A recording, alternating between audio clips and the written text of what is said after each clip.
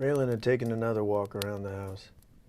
He pressed close to the French doors now, hands at his face to block out his reflection looking in at the white-covered furniture and the door across the sunroom that was closed but showed a line of light beneath it. He reached up and rapped his knuckles against glass hard, watching the door inside the room, wanting to see it open. He waited a minute before stepping back, and now thought of taking off his hat, putting his fist inside and punching it through the pane of glass. Reached in then and opened the French doors, walk over to the door with the light showing underneath it and yank it open. He thought of doing it, knowing he wouldn't. He could cut official corners to call a man out, give him 24 hours to leave the country, but couldn't walk in a man's house unless invited, or else with a warrant and bust down the door. It was the way he was raised, to have good manners. Though a situation one time in particular had set it in his mind as something more than etiquette, back when they were living in a coal camp and the miners struck Duke Power. Raylan walking a picket line most of the year, his dad in the house dying of black lung, and the company gun thugs came looking for Raylan's uncle, his mom's younger brother, living with him at the time. They came across the street, 5 of them, a couple with pick handles, and up the walk to where his mother stood on the porch. He remembered she was having trouble with her teeth, and they ached her that day. The gun thugs said they wanted to speak to her brother, the agitator, set his thinking cap on straight for him. She told them he wasn't home. They said they intended to look in the house, and if she didn't move out of the way, they would help her.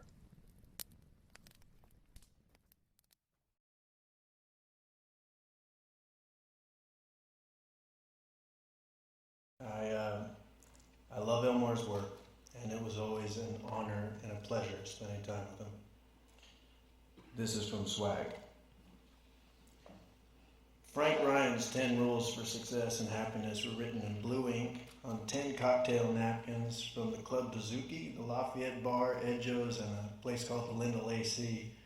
Some of the rules, especially the last few, were written on torn napkins with crossed out words and were hard to read. The napkins said, 1. Always be polite on the job. Say please and thank you. 2. Never say more than is necessary. 3. Never call your partner by name unless you use a made-up name. 4. Dress well. Never look suspicious or like a bum. 5. Never use your own car. Details to come. 6. Never count the take in the car. 7. Never flash money in a bar or with women. 8. Never go back to an old bar or hang out once you've moved up. 9. Never tell anyone your business. Never tell a junkie even your name. 10. Never associate with people known to be in crime. The angle on the Venetian blinds gave Stick enough outside light. He sat by the window in his striped undershorts, placing the cocktail napkins on his bare legs as he read them again, one by one, concentrating on making out some of the blotted words. He was smoking a Marlboro and taking sips from a can of Busch Bavarian that sat on the metal radiator over beneath the window. He didn't look up until the groaning sound came from the bed, and he knew Frank was awake. What's that noise? Air conditioning, Stick said. You want a beer? Jesus Christ! Frank got up on an elbow, looking out the window, squinting. What time is it? About 9:30. My watch is over on the TV. Stick took a swallow of beer as Frank got his feet on the floor and finally stood up. He was wearing jockey shorts and black socks. Where'd you sleep? Right there, in the bed with you, Stick said, but I swear I never touched you. He waited until Frank went in the bathroom, then reached over and pulled the cord on the Venetian blinds, raising them, flooding part of the room in morning sunlight. He wanted to get Frank's reaction when he came out and saw the bright pink walls. He didn't notice him right away. When he came out, he said, "There's 4 cans of beer in the wash basin." 3 are for you, 1 for me, Stick said. I've already had a couple. Frank was looking at the pink walls now. Jesus! Where in the hell are we? Zanzibar Motel.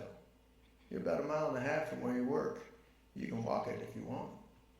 Frank stooped over a little, squinting, looking across the room at the sunlight filling the window. There wasn't much to see. Empty asphalt pavement, and beyond that, a 4-lane highway with a grass median, Telegraph Road. A few cars and a semi went past. They could hear him above the humming sound of the air conditioning. Where's my car? You couldn't remember where you parked it. Frank went to the bathroom and came out with a bush. And how'd we get here? You remember looking for your car? Of course I do. Frank took a drink of beer, let his breath out, feeling better. You lost your parking ticket, Stick said. I know. That's why I couldn't find the car. All those streets over there look alike. At night, shit, you can't tell. You remember trying to get that waitress to take her clothes off? Frank hesitated. Then he drank some more beer. We had a pretty good time, didn't we? Stick said, you remember standing in front of the J.L. Hudson Company in the middle of Woodward Avenue taking a leak? Really had to go, didn't I? Eileen sure got a kick out of that. Frank looked at him. Eileen, huh? The one you picked up at the Lafayette bar. Wasn't she a size? Frank managed to grin and shake his head. Yeah, she sure was. I was surprised she didn't get sore. You started calling her fatty. Just kidding around, Frank said. He went over to the dresser, opened his wallet, and fingered the bills inside. Yeah, I guess we had a pretty good time. Looking at Stick, he said, I must have paid for the cab, huh? Taxi cab? You didn't take any cab anywhere. All right, you win, Frank said. How did we get here? In the 1975 Mercury Montego. Stick watched Frank look toward the window again. You remember? We were standing out front of the Sheridan Cadillac. Frank's expression began to open up. He's showing signs of life. Yeah, they wouldn't let us in the bar because you didn't have a coat on. We were standing out front, Stick said, when the Merc pulls up and the guy gets out looking around, you remember? Frank seemed happier as he began to recall it, and he could see the Mercury, dark brown, shiny, in front of the hotel, and Stick walking over the guy who got out, and now Frank was grinning. Yeah. You went up to the guy, and you said something. I said, good evening, sir. Are you a guest at the hotel? Right. Yeah. And he said he'd be an hour, and he handed you the keys. And $1 tip. Frank was still grinning. Sure, I remember it. Where's the car? Up the street, at the Burger Chef parking lot. You go out, don't look at it. Don't even walk past it. Stick held up the 10 cocktail napkins. You remember these? Sure, I remember them. What do you keep asking me that for? I remember everything that happened. Frank took the napkins over to the dresser, and he spread them out, and he stood there, idly scratching his jockey shorts as he looked at them. Stick watched him. After a moment, he said, I've been reading your rules for success and happiness. And you know what? Frank kept scratching. What? I think you got an idea. Frank looked over to her now. Yeah? You think so, huh? I think it might be worth looking into. It's a wild-ass idea. 2 guys who don't know shit getting into the armed robbery business? You never know, do you? He watched Frank go into the bathroom again, and he raised his voice. I'm thinking maybe it's a way to make a stake. Be able to put a down payment on something that'll carry you instead of working all your life. That's what I've been doing. Working. What have I got? $8 in my pants. Nothing. Not a cent in the bank. Working is for working men, Frank said. Coming out with 2 cans of Bush, he walked over to Stick and handed him one, raising his own. To our new business, huh? What do you say? To the new business. Stick raised his beer, took a sip. I'll tell you a secret, buddy. Put your mind at rest. Frank seemed interested. What's that? Last night, you didn't take a leak in the middle of Woodward Avenue? I didn't? Uh-oh. I did.